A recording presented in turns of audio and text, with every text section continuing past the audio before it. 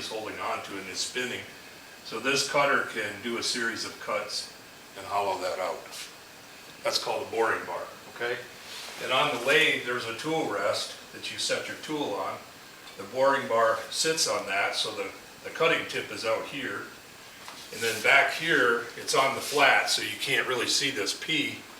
But back here, we have something called a backrest or preventer that fastens to the lathe also. It just prevents this from kicking up when this tries to push down with the downward force of the wood. So it's a trap for that bar. It won't let it kick up. And because of the P, two-sided, it also won't let it twist. So this is what you were talking about, okay? So now, if this form becomes long,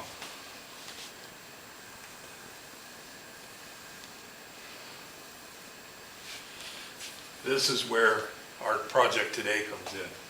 And these are a series of wheels that you would run here so that if you exert a sideways force, you don't tear it out of the chuck. And the deeper you go, the more these are necessary. They're not necessary for shallow turnings, but if you want to do a base this tall, you're going to need one of these.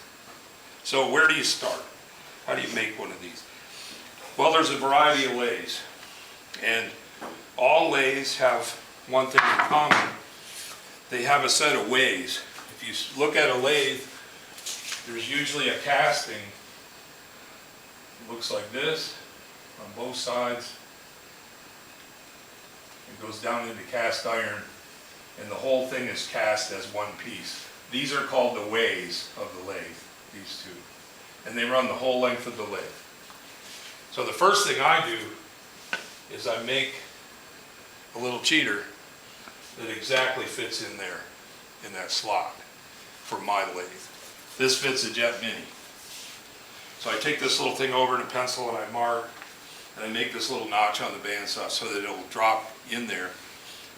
The reason I wanted it to drop in is I can position it anywhere I want and lock it down, but it also prevents twisting because it fits right down in there. So once I had this for the Jet Mini, the next thing I needed to know was from right here, the top of the ways, where is the center of the axis of rotation?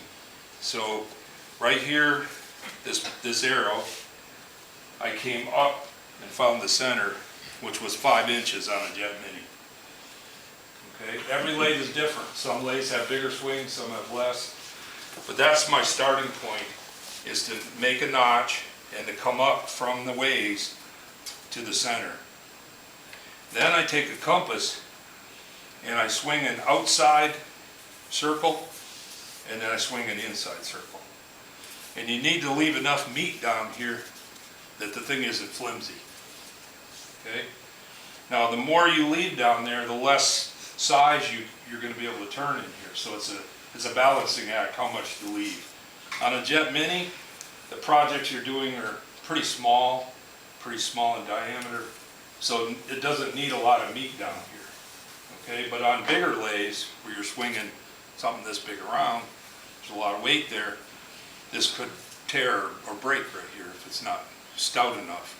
Okay, so once I've turned the outside, I like to keep these a minimum of 1.5 inches because there's some arms that you're going to have here, and that gives you enough that the arms don't wander.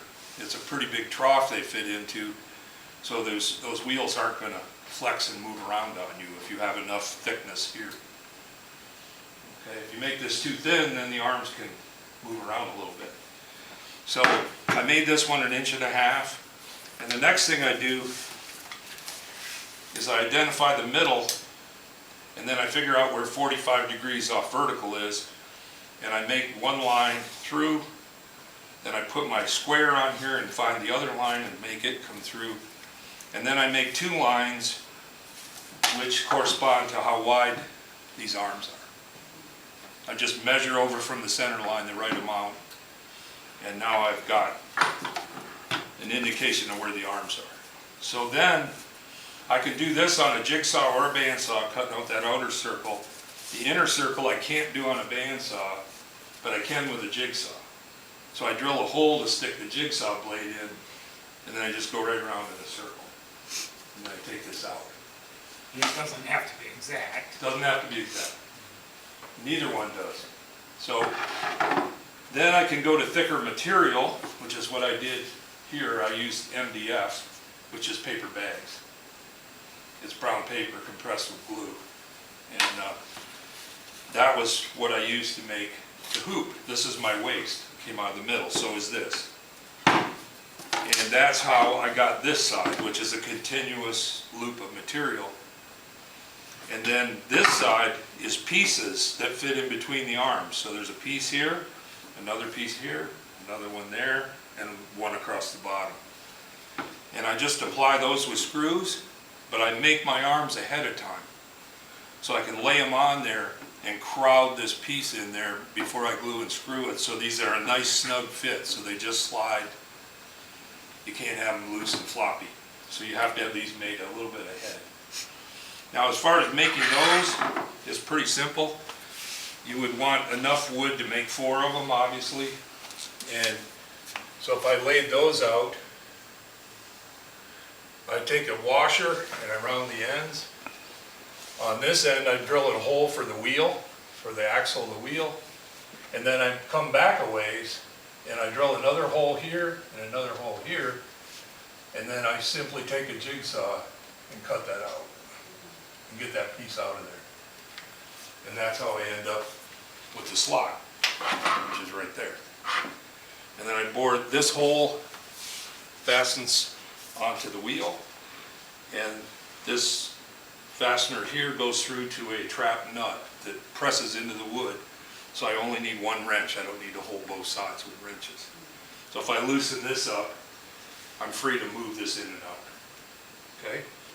So the other thing you need is something to hold it on the lathe, and I used a piece of scrap steel, and I tapped a hole in it with a tap, so it's threaded, and I run a bolt down through.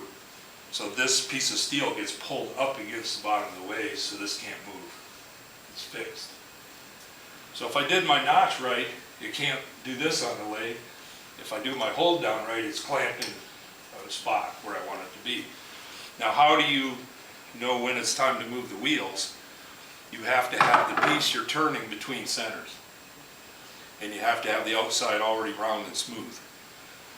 And once it's held between centers, then you bring the wheels in until they just touch. And then lock them down with these, tighten these up.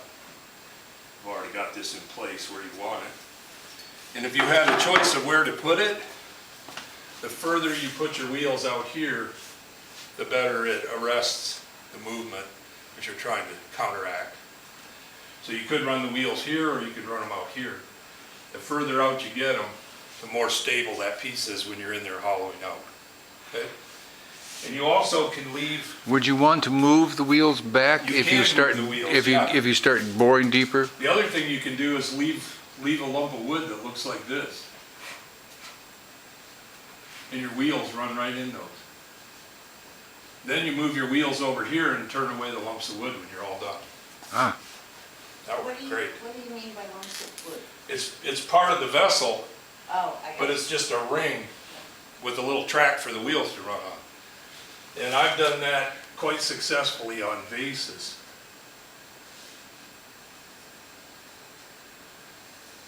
They look like that.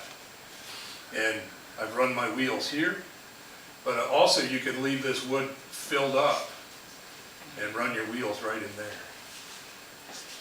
It's up to you where you put them, but that in essence is how you build one of these, okay? Right. And this one, because that piece of wood at the bottom was so thin, I wanted to get the maximum size I could turn on the mini lathe, so I reinforced it with a piece of metal. And that also reinforces the hold down on that one, okay?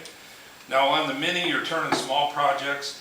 This thing doesn't move very much like that in use. It's pretty stable for small work. But when you get into bigger steadies, I have one on my wall that's this big across.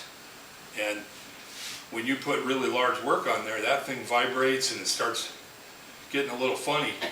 I've actually had to brace it to the windowsill with a screw and a piece of 2x4, you know, so it can't move like this because it's so tall. So on this one, same thing. Started off with identifying the ways, or here, and this was my pattern for this one, and identified the arms and cut it out with a jigsaw and a bandsaw and made this one. Same thing. But on this one, I added angle iron to both sides to make it less likely to do this in use. Because the bottom of that angle sits right on the way, so when you bolt it down, it's less likely to move. You don't have to use metal. You could put it like a 2x2 on each side, but it affects how close you can get your tool rest base. So I chose old bed angle iron that I had like out behind the shop. And this is my little piece of metal that fits in. How'd I do? Good, good. Understandable? Yeah, I sent a whole series of pictures to Sam of every step. He's gonna post them on, through you, okay. onto our website, our blog. So if you want to try to make one of these at home, I photographed every step. And you can go back and take a look. Yeah, maybe emphasize that the bottom of that angle has to, the center of that, from the bottom of that. Bottom of the angle Yeah, matches the top of the wheels.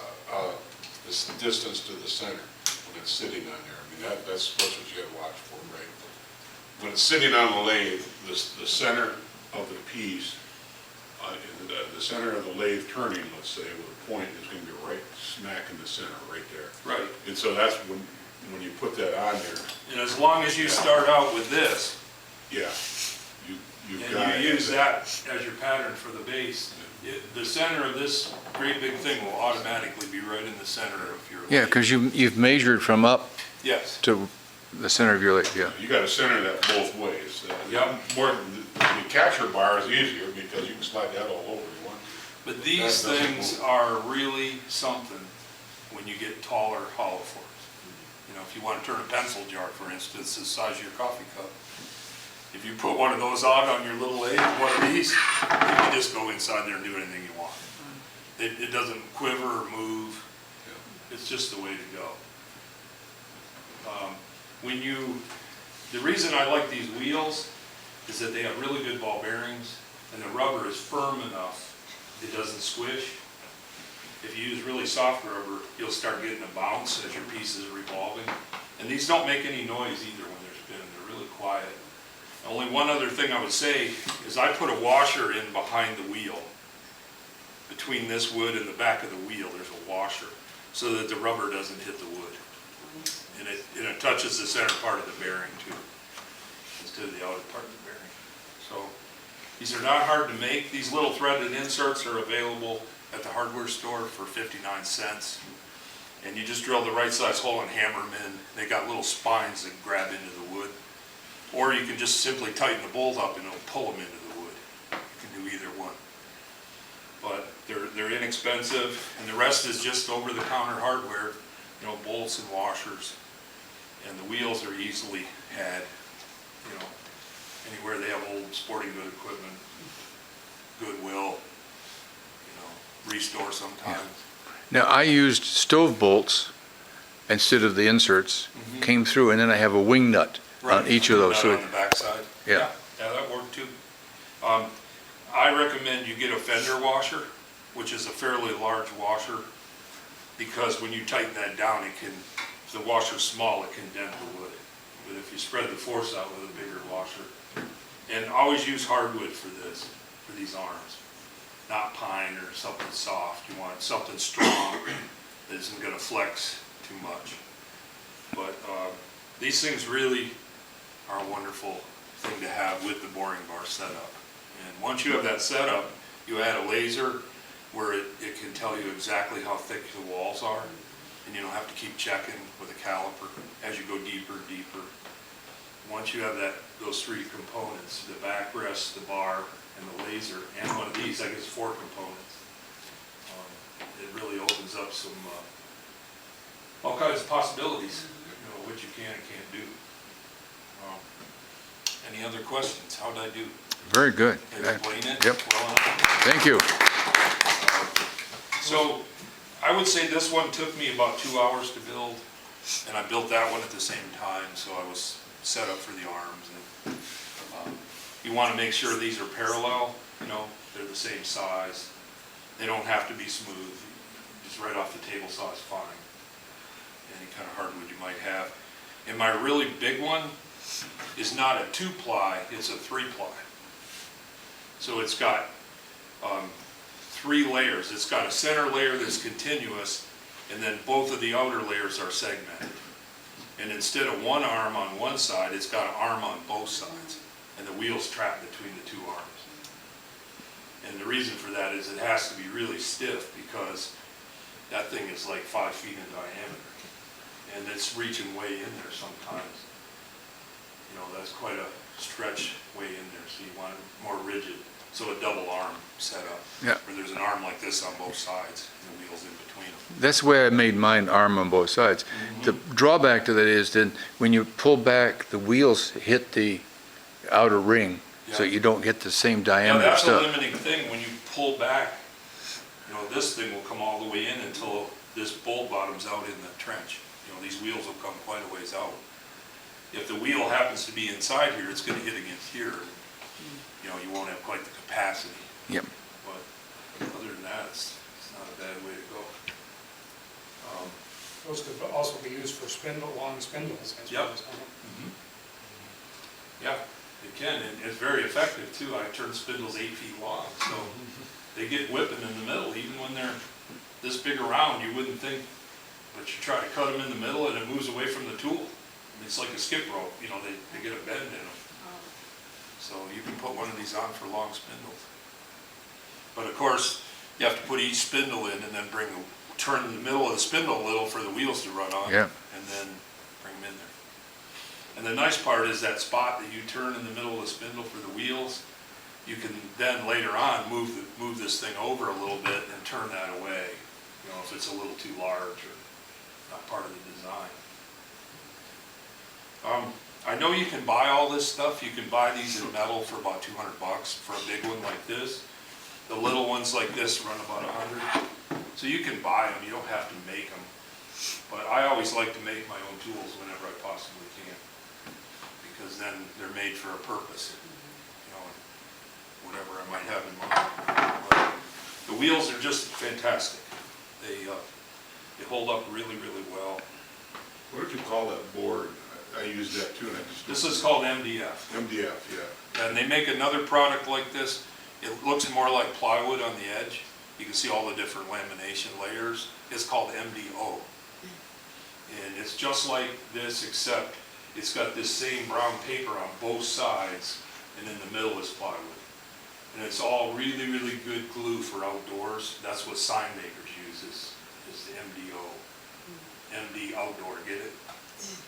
And MDF is an interior product. Medium density fiberboard. Yep, MDF, medium density Good, fiberboard. good plywood would serve.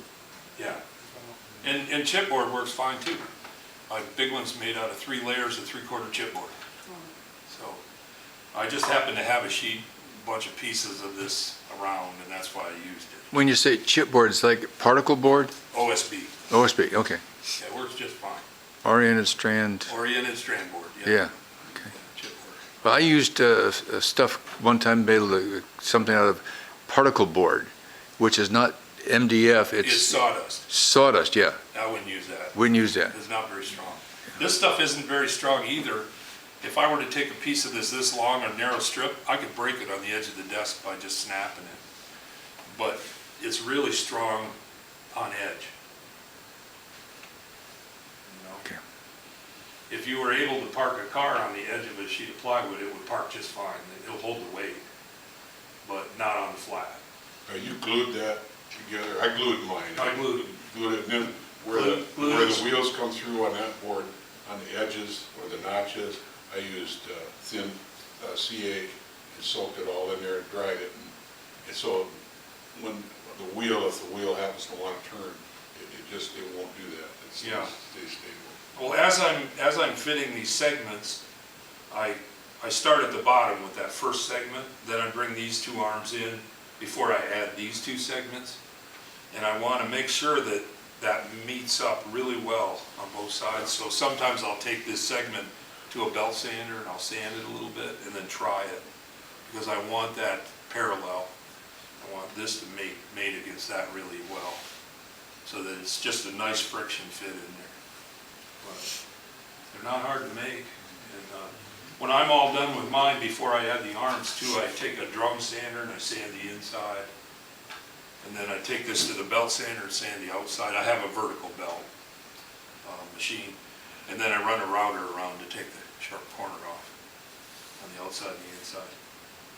And I don't do anything with these because I want nice square edges. You could. So this one I would say would probably turn a 8 to 12 inch, probably, because the wheels will go all the way out. And this one maximum would probably be only 6 inches or so. But on a Mini, you're probably not turning bigger than that anyway. All right. Any other observations or questions? I just wonder, so the piece that's holding the wheel that you have, I call these the arms. okay, the arms, how did you get such perfect spaces to hold? In here, Yes. with a jigsaw. I just made a pencil line on both sides, and I drilled a hole here and here to put the jigsaw blade in. I just marched it straight along the pencil line. It looks perfect, but if you look close up, it's not. But you want to make it a little loose for the bolt so it doesn't drag. You know, it has to have a little bit of clearance to move. So. And I use a little heavier bolts on this big one than I did on this. These are 1/4 inch bolts. These are 5/16. So as I go up in size, I want to use a little heftier hardware. Whatever it takes for your lathe. Your 2436 one way. If you want to make one, you know, yours might be this high if you want to do some large faces like that illustration. You might want to make one even bigger than this, because you have a 24-inch swing. This is a 16-inch swing. So you'll probably lose some down here. You'll probably only be able to turn 20 instead of 24. Yeah, wouldn't the size, I mean, it'll just be one size because it has to fit the center. It has to fit that lathe. Yeah. Yeah. So I have in my shop, I have, my big lathe has a 42-inch swing. Then I have another one with a 20-inch swing, and I have another one with a 16-inch swing. And then I have minis which have 5-inch swings. So each one I make one, and it hangs on the wall on a nail. When I need it, I have it. And when I don't need it, there it is. Hope this was helpful. I'll send